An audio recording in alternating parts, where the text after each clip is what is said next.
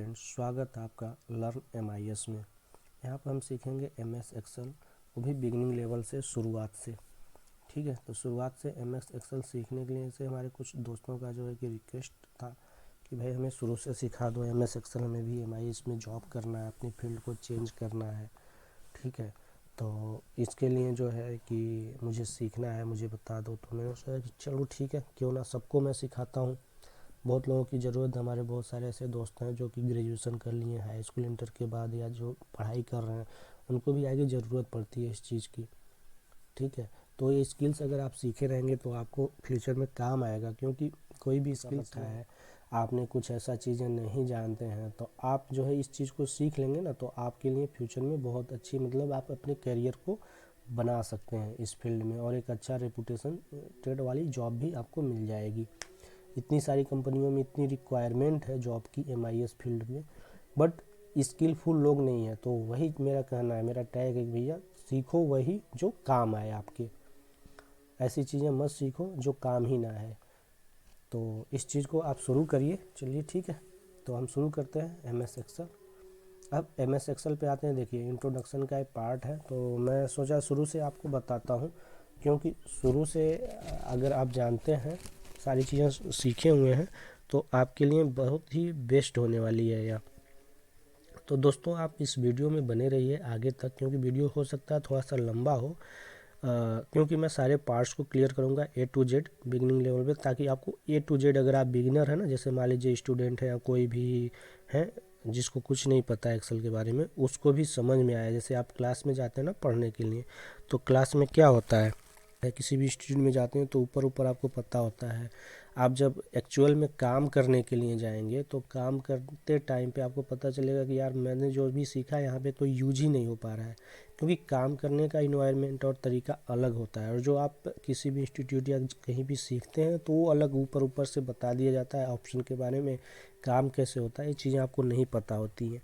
तो मैं आपको हर एक चीज़ सिखाऊंगा, इंडस्ट्री में काम कैसे किया जाता है, क्या क्या चीज़ें रिक्वायरमेंट होती है, बिग डेटा पे कैसे काम किया जाता है, ईच एंड एवरीथिंग यहाँ पे कवर किया जाएगा। ठीक है, तो जैसे जैसे आपका क्लास आगे बढ़ता जाएगा वैसे वैसे सारी चीज़ें आपकी क्लियर होती जाएंगी। फिलहाल अब चलते हैं अपना मेन टॉपिक पे। ये तो हो गया इंट्रोडक्शन का पार्ट, सारी चीज़ें कि भाई क्या क्या चीज़ें होती हैं। अब दूसरा जो टर्म है, जैसे कि MIS, में आपको बार बार बोल रहा था, MIS क्या है। आप किसी भी फील्ड में जब जाते हैं ना, MIS फील्ड में, जैसे इसमें एक्सेल पे काम करने के लिए, तो इसमें एक टर्म यूज किया जाता है MIS, जो सबसे पॉपुलर टर्म है।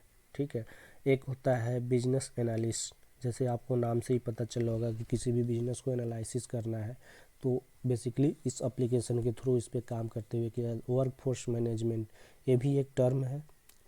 ठीक है, जो यूज किया जाता है इसके अंदर काम करने के टाइम पे। डेटा मैनेजमेंट कुछ लोग बोलते हैं, क्योंकि बेसिकली जो भी काम किया जाता है वो डेटा पे ही काम किया जाता है। तो ये डेटा पे काम करने के अलग अलग जैसे कैटेगरी हैं, अलग अलग नाम है। अब देखिए एक्सेल, एक्सेल क्या है, 3 पार्ट में डिवाइड कर दिया गया है। एक्चुअली है तो एक ही, लेकिन ये 3 पार्ट में इसको जाना जाता है। एक बेसिक एक्सेल, जो बेसिक लेवल में भी हम सीखने जा रहे हैं। एडवांस एक्सेल, मतलब जब बीच में हम जाएंगे सारे ऑप्शन को मिला के, मतलब सारे जितना भी आपने सीखा हुआ, जब आप काम करते हैं कहीं भी किसी भी कंपनी में, बड़े डेटा पे, कॉम्प्लिकेटेड डेटा पे, और बहुत सारे मतलब फॉर्मूले को मिला के एक अलग ही अपनी कैटेगरी बनाते हैं, तो एडवांस एक्सेल हो जाता है। ठीक है, वो एडवांस एक्सेल में आता है। वहाँ पे आप अपना कुछ भी क्रिएटिविटी अपने खुद से करते हैं, तो वो एडवांस में आता है। मैक्रो VBA क्या है, जैसे कि आप बोल सकते हो कोडिंग इसमें करना होता है, या तो अगर कोडिंग आती है, VBA आती है, तो आप कोडिंग कर सकते हैं। नहीं आती है तो मैं आपको आगे सिखाऊंगा VBA में कोडिंग कैसे किया जाता है, कैसे आप जो है कि मैक्रो को बनाते हैं, कैसे अपने काम को, वर्क को ऑटोमेट करते हैं। A to Z आप सारा सीखेंगे MIS के पार्ट में। ठीक है, अब देखिए MS ऑफिस जो मैं बोल रहा था, तो MS ऑफिस क्या है, यह कई सारे एप्लीकेशन को मिला के एक ग्रुप बना हुआ है। उस ग्रुप को MS ऑफिस बोलते हैं। जैसे कि यह ऑफिस पर्पज़ के लिए बेसिकली यूज किया जाता है माइक्रोसॉफ्ट का। और हर एक ऑफिस में, कोई ऐसा ऑफिस नहीं है, या तो आप अपने घर पे या कहीं भी आप डेली की रूटीन में इस एप्लीकेशन को कहीं ना कहीं आप यूज करते ही करते हैं। आप जैसे मान लीजिए कहीं जाते हैं ना, कुछ रिज्यूम वगैरह बनाना है, कुछ टाइप करवाना है, तो बेसिकली वो MS वर्ड में किया जाता है। कोई भी लेटर वगैरह बनाना है पावर पॉइंट क्या होता है कि आप कोई भी प्रेजेंटेशन बनाना है, किसी भी तरह का प्रोजेक्ट बनाना है, उसको शो करना है कि भाई फ्यूचर प्लान क्या है, बजट क्या है, हर एक चीज़ मतलब इस पे आप कर सकते हैं, प्रेजेंटेशन बना सकते हैं। आउटलुक क्या होता है कि बेसिकली मेल के पर्पज़ से यूज़ किया जाता है। किसी भी तरह का मेल है ऑफिशियल, जब आप मेल टाइप करना होता है, मेल बनाना होता है, उसकी एक कैटेगरी होती है। जैसे आप गूगल या जीमेल में जाके आप बढ़िया मेल नहीं बना सकते, बढ़िया टाइपिंग नहीं कर सकते, बट यहाँ आपको एक प्लेटफॉर्म देता है। तो आप कोई भी ईमेल इसमें कॉन्फ़िगर करिए और यहाँ से आप अपनी मेल को और उसे कर सकते हैं। आगे मैं बताऊँगा कैसे कैसे होता है। MS एक्सेस, देखिए MS एक्सेस वो चीज़ है, जैसे ये भी डेटाबेस है। अब जो काम एक्सेल पे नहीं किया जाता, जैसे एक्सेल की एक लिमिटेशन है, मैंने आपको बताया ना कि 10,48,576 रो होता है ये वाला, ठीक है। तो ये सिर्फ आप इसमें इतना ही डेटा रख सकते हैं, इससे ज़्यादा डेटा नहीं रख सकते हैं। और बेसिकली अगर आप इतना 10 लाख डेटा इसमें रख देंगे ना, तो आपकी ये सीट हैंग होने लगेगी, आप सीट को मैनेज नहीं कर पाएंगे, सीट ओपन होने में मतलब थोड़ा फाइल हैवी हो जाती है। तो इतना डेटा इसमें नहीं आता है। मान लीजिए हर एक सीट में आप जो है कि 8 लाख 9 लाख डेटा रखते हैं, तो आप अनलिमिटेड सीट यहाँ पे इंसर्ट कर रहे हैं, और तो सीट सोचिए कितनी हैवी हो जाएगी। आपकी सिस्टम की कैपेसिटी जितनी रहेगी उसके अकॉर्डिंग ये सीट हैंग होने लगेगी फिर। तो उस प्रॉब्लम को सॉल्व करने के लिए MS ऑफिस ने जो है MS एक्सेस को लॉन्च किया था। इसके अंदर इस पे क्या होता है कि आप करोड़ों डेटा जो है कि आप मैनेज कर सकते हैं। इसका प्लेटफॉर्म इंटरफेस कुछ अलग होता है, वर्क करने का तरीका अलग होता है, क्योंकि ये डेटाबेस है, ठीक है। इसको आप एक छोटा मोटा सर्वर भी बना सकते हैं अपने डेटा का। वन नोट क्या होता है कि ये जैसे नोट कुछ भी बनाना है, आपको पढ़ाना है, ठीक है, तो उसका यूज करने के लिए वन नोट है। तो ये अलग अलग एप्लीकेशन है, अलग अलग वर्क है हर एक एप्लीकेशन का, और सारे एप्लीकेशन के ग्रुप को MS ऑफिस बोलते हैं, ठीक है। जब आप इंटरव्यू में जाएंगे ना, तो आपसे क्वेश्चन पूछा जाता है, भैया आप एक्सेल पे आए हैं काम करने के लिए, तो MS ऑफिस क्या है, एक्सेल क्या है, ये सारी चीज़ें, ठीक है। एक्सेल में रो कितना होता है, कॉलम कितना होता है, तो ये सारी चीज़ें आपको नॉलेज होनी चाहिए। नहीं पता है तो आप सिंपल जो है कि कहीं भी कर्सर रखिए, यहाँ पे आप कंट्रोल एरो प्रेस करिए, आप सबसे नीचे आ जाइए, आपको ये पता चल जाएगा कितना रो है एक्सेल की। तो ये कैपेसिटी एक्सेल की 10,39,576 रो की है। ऐसे कॉलम आपको कितना है, तो यहाँ पे आप जाइए लास्ट में, आपको पता चल जाएगा XFD तक जा रहा है, और ये टोटल कॉलम मिला के कितना हो रहा है 16,384, ठीक है। ये आपका रो और कॉलम हो गया। अब देखिए इसकी कैपेसिटी ये आपको पता चल चुकी, कितने रो हैं कितने कॉलम हैं। तो ये पूरा जो इंटरफेस है इसको वर्क बुक बोलेंगे। क्या बोलेंगे? वर्क बुक बोलेंगे, ठीक है। अब इस वर्क बुक के अंदर जो है आपका क्या होता है, वर्कशीट होती है, वर्कशीट होती है। वर्कशीट के अंदर क्या होता है, रो होता है, कॉलम होते हैं, ठीक है, और क्या होता है, रेंज होता है,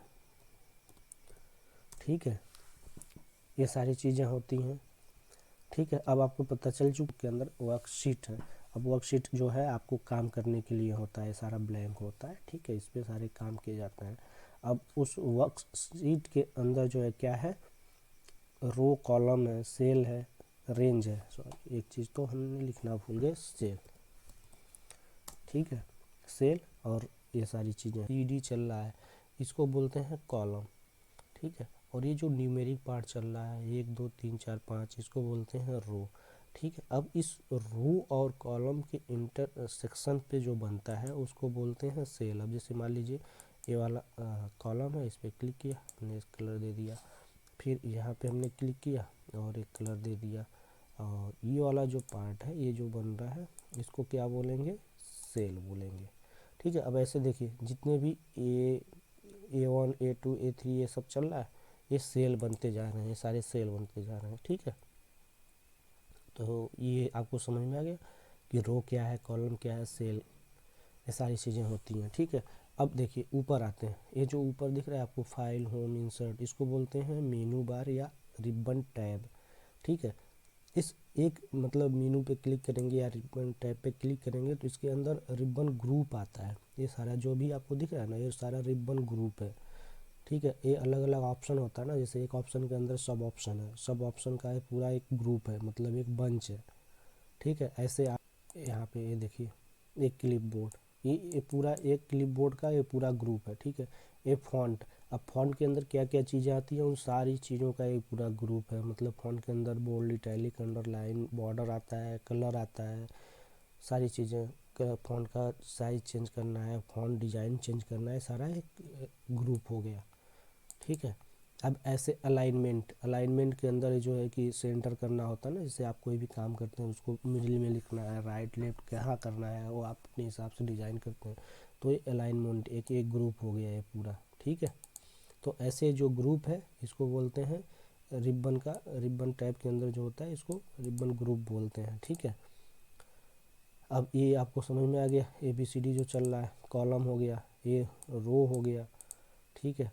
और यहाँ पे देखिए ये दिख रहा है, इसको क्या बोलते हैं, नेम टैब होता है, ठीक है। बेसिकली इसके अंदर आपको जो है कि जिस सेल पे है उसका पूरा एड्रेस दिखेगा, ठीक है। इसको नेम बॉक्स भी बोलते हैं। ये होता है फॉर्मूला बार, ठीक है। जो भी आप काम करेंगे यहाँ पे आपको दिखेगा, जो भी चीज़ें आप टाइप करेंगे इसमें दिखेगा, इसको फॉर्मूला बार बोलते हैं, ठीक है। अब आते हैं नीचे, ठीक है।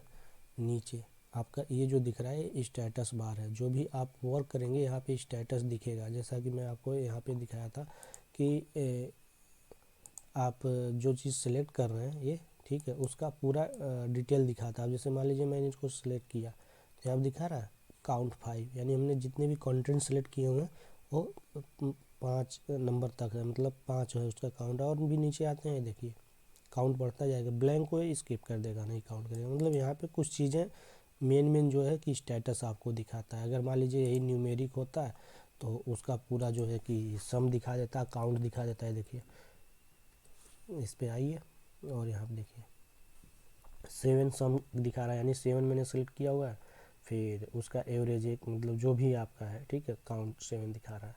तो ये स्टेटस बार होता है। अभी जैसा कि मैंने आपको उसमें बताया था जूम, A+ पे क्लिक करिए, आपका पेज देखिए जूम हो रहा है। इस पर क्लिक करिए माइनस पे, तो ये आपका जूम इन हो रहा है, ठीक है। आपको डायरेक्ट करना है तो यहाँ पे क्लिक करिए, यहाँ पे डायरेक्ट जो है ये जूम का ऑप्शन ओपन हो गया। आप कितने तक का जूम करना चाहते हैं, 200% ओके कर दीजिए, आपका पेज 200% तक जूम हो गया, ठीक है। इस पर क्लिक करिए डायरेक्ट, कितना आप करना चाहते हैं, 100% नॉर्मल आपका होता है, तो ये आपका नॉर्मल पेज पे आ गया, ठीक है। ये चीज़ें क्लियर हो गई आपका, ये सारे ऑप्शन कौन क्या होता है। अब ये देखिए यहाँ पे दिख रहा है ना ये वाला ऑप्शन, ये क्विक एक्सेस टूल बार होता है। जो ऑटो सेव दिख रहा है इसको ऑफ है, अभी ऑन कर देंगे आपका पेज जो है, जो सीट है ये ऑटोमेटिकली सेव होगा, जैसे भी मतलब आप जो टाइम सेट करेंगे उसके अकॉर्डिंग। तो इसको बोलते हैं क्विक एक्सेस टूल बार। इसमें क्या है कि आप अपने अकॉर्डिंग, अपने सुविधा के हिसाब से ऑप्शन को ऐड कर सकते हैं, जिसका बार बार यूज होता है उसका आप ऐड कर सकते हैं, इसीलिए इसको बोलते हैं क्विक एक्सेस टूल बार। आप इसको ऐड कहाँ से करेंगे, आप क्लिक करिए, ये देखिए कस्टमाइज एक्सेस टूल बार आ रहा है, इसमें आप जो जो ऑप्शन टिक है ये वो यहाँ पे ऐड है। आप किसी को हटाना चाहते हैं, उसके यहाँ पे कुछ और ऐड करना चाहते हैं, आप उस पर क्लिक कर दीजिए। देखिए नॉर्मली ABC स्पेलिंग वाला ऐड हो गया, इसको हटाना चाहते हैं, इस पर क्लिक कर दीजिए, हट गया, ठीक है। इसके बाद में यहाँ पे दिख रहा है एक्सेल इंट्रो क्लास, यानी इस नाम से मैंने इस फाइल को सेव कर रखा है, तो ये बोलते हैं टाइटल बार इसको, ठीक है। ये सर्च बटन होता है, आप यहाँ से जो है कुछ भी, किसी भी ऑप्शन को आप सर्च कर सकते हैं एक्सेल के अंदर है। जैसे मान लीजिए आपको कॉपी के बारे में जाननी है तो कॉपी को आप क्लिक करेंगे, सर्च करेंगे, सर्च हो जाएगा, ठीक है। जो भी आप चीज़ें सर्च करेंगे यहाँ पे वो आपको सर्च करके दे देगा एक्सेल हेल्प, मतलब इसको हेल्प बोलते हैं सर्च करने का। यहाँ पे आइए, ये देख रहा है नाम, ये इस नाम से मेरा जो है कि एक्सेल रजिस्टर्ड है, इसलिए यहाँ पे नाम दिख रहा है मेरा, ठीक है, सूर्या। फिर आप इस पे आइए, देखिए सीट और छोटा हो गया ना, अभी इस तरह का प्रॉब्लम होता है। जैसे आप काम करते हैं कहीं, यहाँ पे डबल क्लिक कर देंगे तो छोटा हो जाएगा ऐसे, ठीक है। तो जब ये छोटा हो जाता है तो इसको बोलते हैं मैक्सिमाइज री स्टोर, मतलब मैक्सिमाइज हो रखा है, इसको आप यहाँ पे जाएंगे, इस पे जैसे इस तरह से बन जाएगा, इसको अपने हिसाब से रीसाइज कर सकते हैं। देखिए रीसाइज हो रहा है, तो इसको बोलते हैं रीसाइज, यानी इस पर क्लिक कर देंगे तो फुल विंडो पे चला जाएगा, यानी मैक्सिमाइज पे हो जा रहा है। अब जब इस पर दोबारा क्लिक करेंगे तो ये रीसाइज हो जाएगा, यानी जितने पे आपने रीसाइज करके रखा हुआ है, ठीक है। आप इसको घटा बढ़ा सकते हैं उस पर क्लिक करने के बाद। अब ये वाला जो मिनिमाइज है इसका काम क्या है, आपका जैसे मान लीजिए 10 पेज ओपन कर रखा है, आप इस पर काम कर रहे हैं, इसके बाद दूसरे पेज पे जाना है आपको, तो आप इसको क्या करेंगे, मिनिमाइज कर देंगे, जो पेज आपका ओपन होगा यहाँ पे आ जाएंगे। ठीक है, आपको दोबारा उसको ओपन करना है, इस पर क्लिक करिए, आपका ये हो जाएगा। ठीक है दोस्तों, अब आपको ये सारी चीज़ें पता चल चुकी हैं। और ये क्या होता है, क्लोज बटन होता है। तो क्लोज बटन आपको पता चल गया कि क्या है क्लोज बटन, इस पर क्लिक करेंगे, आपका सीट जो है क्लोज हो जाएगा। ठीक है, देखिए क्लोज हो गया। ठीक है, अब ये चीज़ें आपको समझ में आ गई।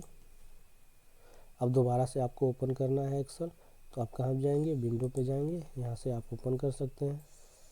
ठीक है, तो ये चीज़ें आपको बताने की ज़रूरत नहीं है आशा करता हूँ, क्योंकि ये सारा सबको पता होता है कहाँ से क्या एप्लीकेशन यूज करना है। आज के डेट में सबको पता है, सब लोग स्मार्ट हो रखे हैं। ठीक है, तो यहाँ से आप जो है कि न्यू ओपन करेंगे, ये ऑप्शन आ रहा है देखिए, ये यहाँ से ओपन हो गया। अब जो एग्जिस्टिंग फाइल थी मेरी, वो जो मैंने क्लोज किया हुआ, उसको ओपन करना है दोबारा। आप जाएंगे तो यहाँ से आप ओपन कर सकते हैं डायरेक्ट, ये देखिए ओपन हो गया। तो ये सारी चीज़ें आपको समझ में आ जाए। ठीक है, तो चलिए मिलते हैं अब नेक्स्ट वीडियो में नेक्स्ट टॉपिक के साथ। तब तक के लिए जय हिंद, जय भारत।